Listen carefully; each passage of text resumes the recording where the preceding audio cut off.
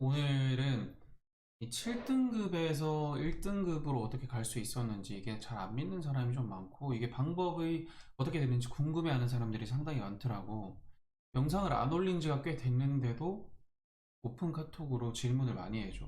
수포자인데 어떻게 하면 성적을 올릴 수 있을까? 일단 내 얘기 말고 내 제자들 얘기를 해보면 사실 수포자 한번 되잖아? 끝이야 거기서. 나올 수가 없는 애들이 굉장히 많아. 후보자가 한번 되는 순간 더 이상 나올 방법을 못 찾아.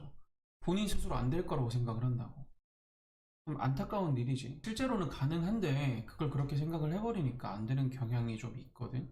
그래서 오늘은 어떻게 하면 7등급에서 1등급으로 갈 수 있는지, 그리고 수포자를 탈출하는 방법까지 한번 알아보도록 할게. 우리가 어려운 과목이라고 생각을 딱 하면 제일 먼저 어떤 과목이 떠오르지?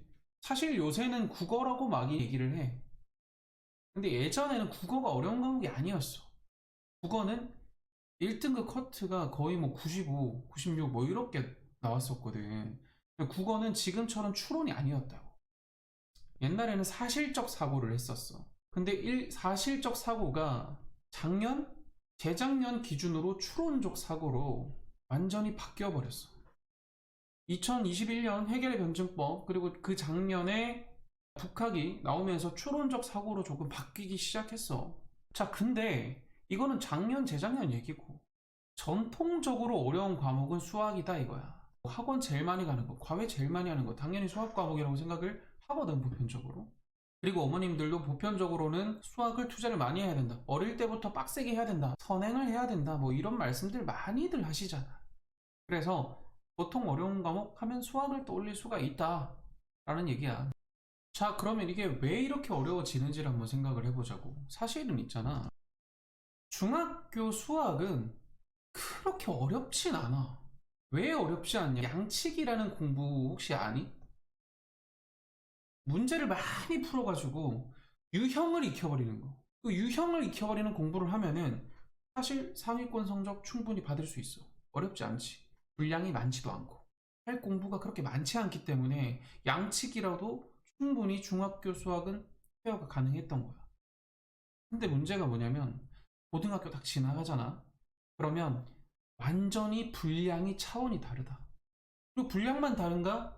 난도도 어려워. 왜 어려운지는 뒤에 가서 얘기를 하고, 난도도 중학교 수학에 비해서 월등히 어려워진다고. 그렇게 되면 멘탈이 나가. 그래서 딱 한 번만 포기하잖아.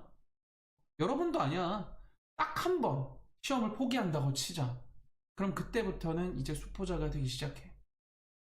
되게 가혹하지. 열심히 하다가 딱 한 번 쉬었는데, 딱 한 번 포기했는데, 갑자기 수포자가 된다니. 심지어 그런 상태에 빠지잖아? 그러면 뭐 학원, 뭐 인강, 뭐 과외, 이런 거 다 소용 없어져. 왜냐? 여기서 빠져나오는 방법을 아는 사람이 생각보다 별로 없거든. 그러니까 본인이 했던 방법을 기준으로 계속 지도를 하면 소위 수포자들이라고 불리는 친구들은 무슨 말을 하는지 이해를 못해. 선생님이랑 수포자들이랑 완전히 생각이 계속 따로 논다고. 그렇게 돼버리니까 끊임없이 수포자는 멍 때리게 되고, 보편적으로 그래. 학원에서 못 따라가는 애들 있지. 막 졸린다고 막 하품하는 애들. 그런 애들 중에 수포자 꽤 많거든. 근데 자존심 상해서 본인이 수포자가 아니라고 하고 있을 뿐이야. 그런 친구들은 선생님이 하는 말 이해를 못하고 있을 가능성이 굉장히 높다. 내용이 어려워서, 물론 내용이 어려워서도 있겠지만 그 부분의 내용 자체는 어려워하는 애들 그렇게 많지 않아. 풀 수 있는 애들 많거든. 그런데 수포자가 된단 말이야. 왜 그런지를 설명을 해주도록 할게. 자, 일단 왜 수포자가 되는 걸까? 수포자는 간단히 생각을 해보면 정규 교육 과정을 꾸준히 밟아오잖아.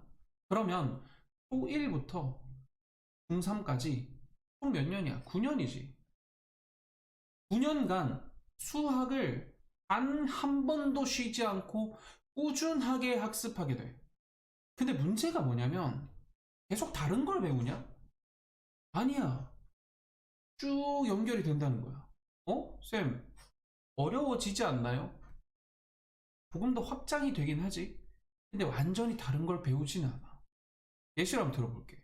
이게 초등학교 1학년 때부터 중학교 3학년 때까지의 커리큘럼이거든. 보면서 느껴야 되는 게 뭐냐면 모든 교육 과정은 서로 연결돼 있다는 걸 알아야 돼. 그게 무슨 말이냐? 크게 봤을 때 수학의 개념은 단 8개밖에 없다. 수학은 딱 8개 개념 가지고 문제를 만들고 뭐 개념을 섞고 이렇게 한 거야. 확장시키고. 우린 이걸 못해서 수학이 어려운 것 뿐이라고.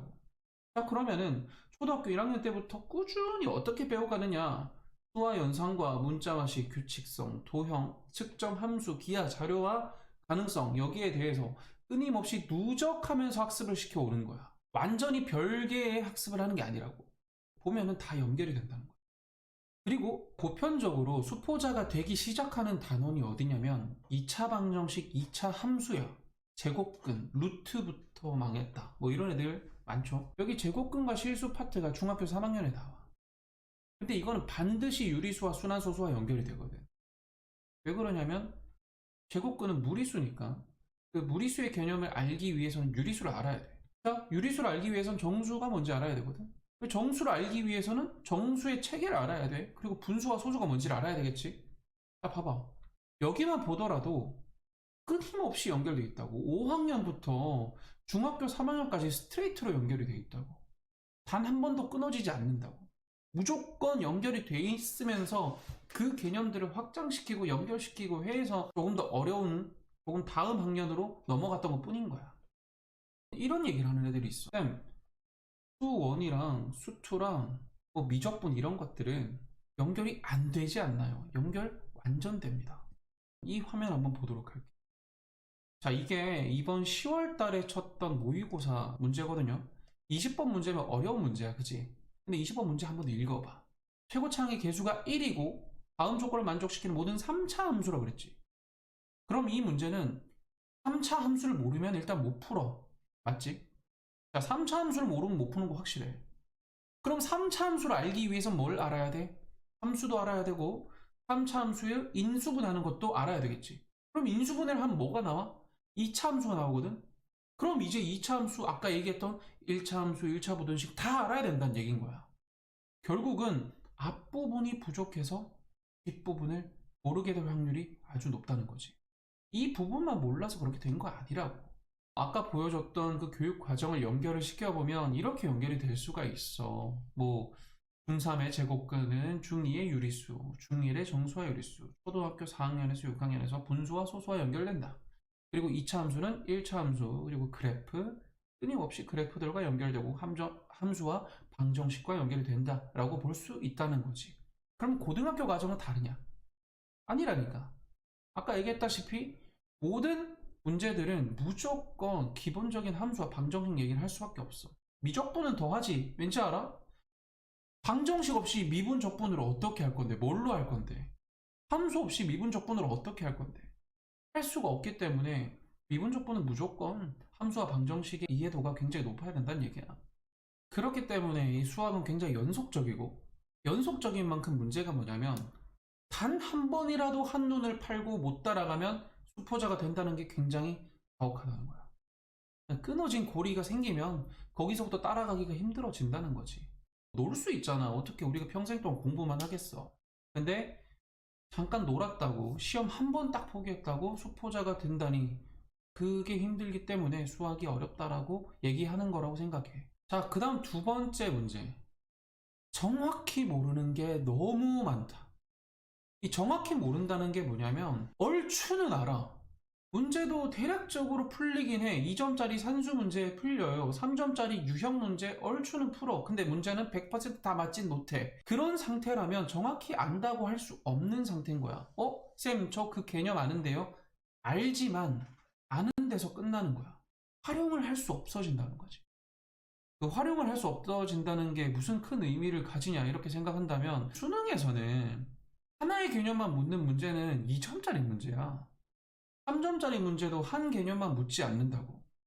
무조건 여러 개념을 엮는다고. 그러니까 개념을 여러 개를 엮어요. 왜 엮는지 알아? 개념과 개념을 끊임없이 연결시켜서 이 개념들의 상호작용을 이해할 수 있느냐라고 묻는 게 바로 사고력이거든. 결국은 수능은 사고력을 묻는 시험이잖아. 그렇기 때문에 사고력을 묻는 수능에서는 반드시 개념을 서로 연결시킬 수밖에 없어. 그러려면 얼추 알아서는 적용을 못하는 게 당연하겠다는 거지. 자, 근데 이거는 사실 고등학교 1학년이나 뭐 중학교 때 이럴 때는 전혀 문제가 되지 않아. 왜 그러냐면 양치기라는 게 뭔지 잘 알죠? 여기 있는 문제를 뭐 몇 바퀴 돌린다. 하루에 뭐 몇 문제씩 푼다. 뭐 이런 얘기들. 그게 전부 다 양치기야. 왜 그러냐면 이해를 기반으로 하고 있지 않기 때문에. 당연히 이해를 하고 나서 문제 100문제 푸는 거 너무 좋지만 그렇게 완벽하게 하는 친구들이 잘 없잖아. 그래서 막 양으로 막 해결하려고 하는 양치기에 집중했던 친구들은 분명히 개념적으로 빈 공간이 있을 수밖에 없어. 근데 그런 친구들 아까 얘기했다시피 중학교 과정에선 문제가 전혀 없다는 거야. 근데 문제가 뭐다? 고등학교 가면서 이제 문제가 되는 거야. 왜 그러냐면 이렇게 공부하게 되면 문제가 풀리니까 어떤 착각을 하냐면 아 이제 완벽하다. 나는 이제 개념 확실히 알았다라고 착각하는 거야. 이런 말 많이 하잖아. 마스터. 개념 마스터 했다. 이렇게 얘기를 하잖아. 근데 개념 마스터하는 게 진짜 쉽지가 않거든. 왜 그러냐면 활용 조금만 해봐도 이 개념이 이렇게도 쓰일 수 있어? 라는 변환법을 새롭게 알 수 있어. 그 변환법을 완벽히 알 수 없다면 마스터했다고 얘기할 수 없단 말이야. 근데 문제 몇 개 풀어보고 마스터했다고 착각을 하는 거지. 개념을 쉽게 보는 거야. 이런 게 계속 쌓이다 보면 나중에 고난도 문제가 나오면 어떤 개념을 어떻게 활용해야 되는지, 어떤 원리에 의해서 이 조건을 저 조건으로 바꿔줘야 되는 건지 갈피를 못 잡게 된다는 거야. 예를 들어 볼까? 이번에 쳤던 10월달 문제거든. 사실 문제들이 그렇게 어렵지 않아. 어렵지 않은데도 어려운 이유가 뭐냐면 여기 이런 거 있죠. GT가 M1-M2다. 이런 걸 보면은 문제 풀 생각을 하려면 어떻게 해야 되냐면 이게 무슨 의미인지 생각하는 것부터 출발해야 돼. 최고차항의 개수가 1인 4차함수 fx. 그래프 개형은 오른쪽으로 올라가는 형태가 될 거고 나올 수 있는 그래프 개형은 4개가 되겠네. 이렇게 생각을 할 수 있어야 돼. 쌤, 저는 방금 하신 말씀이 무슨 말인지 모르는데요. 개념을 모르는 거야. 실수 t에 대하여 구간 마이너스 무한대에서 t까지 그리고 t에서 무한대까지를 나누고 t를 기준으로 왼쪽은 최소값을 m1, 오른쪽의 최소값은 m2라고 하자라고 했으니까 각 구간에 해당하는 최소값을 얘기하는 거고 gt는 그 최소값을 뺀 값을 얘기하는 거네 라고 할 수 있어야 돼. 이걸 못했다? 그러면 이 구간의 개념이 뭔지 정확히 몰랐을 수도 있고 조건을 쪼개서 하나하나 생각하는 훈련이 안 되어 있을 가능성이 높다는 거지.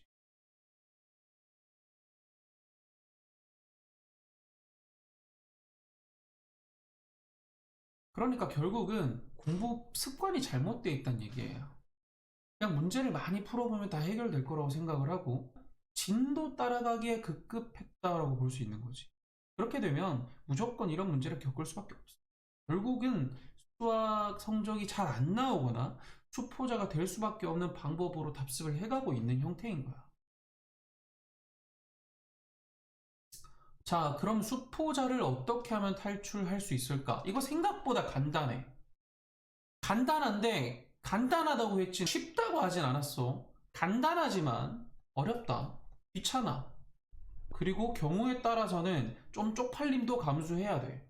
왜 그러냐면 남들은 전부 다 수원, 수투, 미적분 하고 있을 때 나는 중학 수학 해야 될 수도 있거든. 사례 하나 얘기를 해주면 예전에 내 제자 중에 하나가 한국외대 통번역 간 애가 있거든. 걔가 수능에서 수학 만점을 받았어. 근데 걔가 원래 수학이 계속 5등급씩 나왔단 말이야. 그럼 안 쪽팔렸겠어? 쪽팔렸겠지. 그리고 걔는 사실 좀 학교에서 잘 나가고 막 그런 애였는데. 근데 내가 중학 수학을 시켰어. 시켰더니 걔는 군말 없이 한 거야. 근데 그랬더니 친구들이 본 거지. 보면서 야, 너 이거 아니야? 완전 걔 어이없다. 뭐 이런 식으로 얘기했나 봐. 근데 걔는 야, 수능에서 어떻게 되는지 보자. 라고 얘기를 하고 내가 시키는 걸 꾸치에 해냈어. 결국 어떻게 됐어? 수능에서 수학 만점 받았다. 자, 그래서 수포자는 간단하지만 어렵고 귀찮고 쪽팔린다. 자, 지금부터 얘기해 볼게. 일단 첫 번째, 셀프 진단. 셀프 진단? 무슨 말이냐? 내가 아까 전에 개념이 정확하지 않으면 무조건 수포자가 될 수밖에 없다라고 얘기를 했지. 빈 개념을 찾아내는 셀프 진단을 하라는 거야. 이거 어떻게 하나요? 서점 가봐.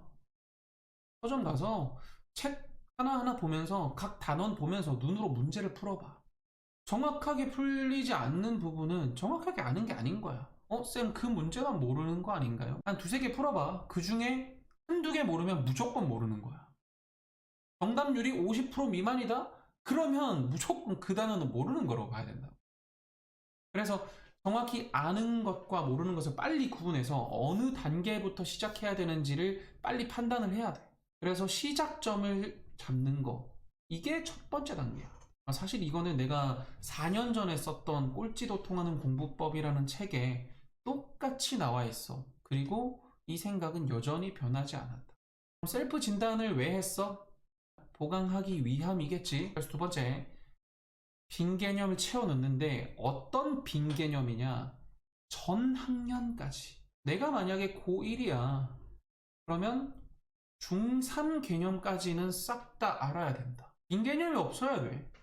정확히 설명 못하는 건 없어야 돼. 그게 네가 할 일인 거야. 이때 진짜 중요한 게 있는데 절대 대충 하면 안 된다. 가장 좋은 건요, 교과서를 보는 거야. 그 교과서를 통해서 개념을 공부하고 정리를 해. 정리를 한 다음에 수력 충전이라는 교재가 있어. 내가 좀 좋아하는 건데. 수력 충전 문제의 정답률이 거의 100%에 육박할 때까지 문제를 풀어. 그 다음에 센을 풀어. 쌤, 센은 내신용 문제 아닌가요? 아니야. 수능 칠 때도 센이 효과적이야, 생각보다. 근데 C단계는 하지 마. A, B 단계까지만. 이거는 거의 암기를 하세요. 해설을 보면서 네가 어떤 부분이 문제가 되는지, 문제가 되는 부분을 찾는 겁니다. 해설지를 보라고 해서 해설지를 보고 베끼는 얘기가 아니야. 착각을 하면 안 돼. 이 단계로 센까지 마무리가 됐다면 그 단어는 끝났다라고 보고 넘어가도 됩니다. 자, 그러니까 2단계까지 하기 전까지는 마스터했다, 정확하다, 이딴 얘기하면 안 된다고. 알겠지? 그 다음이 이제 현재 학년 공부야. 고1이라면 고1 상부터 다시 해야 돼. 쌤, 저는 수상 다 했는데요. 알고 있어. 알고 있는데 네가 지금 이 영상을 보고 있는 이유가 수학 성적이 안 나와서, 또는 수학이 어려워서, 또는 수학을 포기해서잖아. 그렇기 때문에 처음부터 다시 하라고. 주의할 점, 절대 급하게 하지 마라. 순서가 틀어지면 아까처럼 처음부터 다시 해야 돼. 가장 좋은 방법은 교과서를 본 다음에 수력 충전, 그 다음에 센이라고 했잖아. 똑같은 과정으로 밟아가. 분명히 느낌이 다를걸. 예전에 공부했을 때는 그냥 암기해서 풀었다면 이제는 뭔가 이해하면서 풀 수 있을 거야. 이 정도까지 되면 이제 너네가 비로소 공부를 할 준비가 됐다는 거지. 쌤, 그럼 지금까지 한 건 공부가 아닌가요? 공부가 아니야. 보강이지. 이건 전적으로 보강이야, 보강. 이 세 단계는 수포자를 탈출하기 위한 주춧돌일 뿐이지 성적을 향상시킬 수 있는 궁극적인 공부는 아니야. 그럼에도 이 정도 하면은 3등급 정도는 나온다. 이 다음부터는 성적을 올리는 방법 영상에서 다시 얘기를 할 테니까 일단 너네가 해야 되는 것은 이 과정을 밟아가는 것이다. 이해가 됐지? 이런 질문을 할 수도 있어. 네가 뭔데 이딴 얘기를 하냐? 내가 실제로 내가 7등급에서 1등급까지 올라갔고요. 내 제자들 중에 9등급에서 4등급 간 애도 있어. 야, 너네 9등급 본 적 있냐? 본 적 없지. 나도 9등급 2명밖에 못 봤거든. 막 수학 7점 이렇게 받고 그랬거든. 찍어서 2개 맞고 이런 거야. 2점짜리 못 풀고. 9등급이지. 우연히 뭐 7, 8등급이 나왔다 하더라도 실력은 9등급이잖아. 그 정도면. 9등급에서 4등급 가고, 그리고 뭐 6등급에서 3등급 가고, 이런 사례는 굉장히 많아. 6등급에서 3등급 가는 거 생각보다 어렵지 않으니까. 그러니까 이 방법이 뭐 신뢰도 없다고 할 수 있나? 지금도 내가 하고 있는데, 이것도 물론 유튜브 영상이지만 뭐 스카이생들 공부법, 뭐 의대생들 공부법, 변호사 공부법 많이 보는 건 나도 알거든. 근데 그 방법들은 너희한테 맞지 않는 옷이야. 왜 그러냐? 걔네들은 처음부터 공부 잘했어. 내가 앞에서 계속 얘기했던 개념이 끊어지는 그 경험을 하지 않았을 확률이 있다고.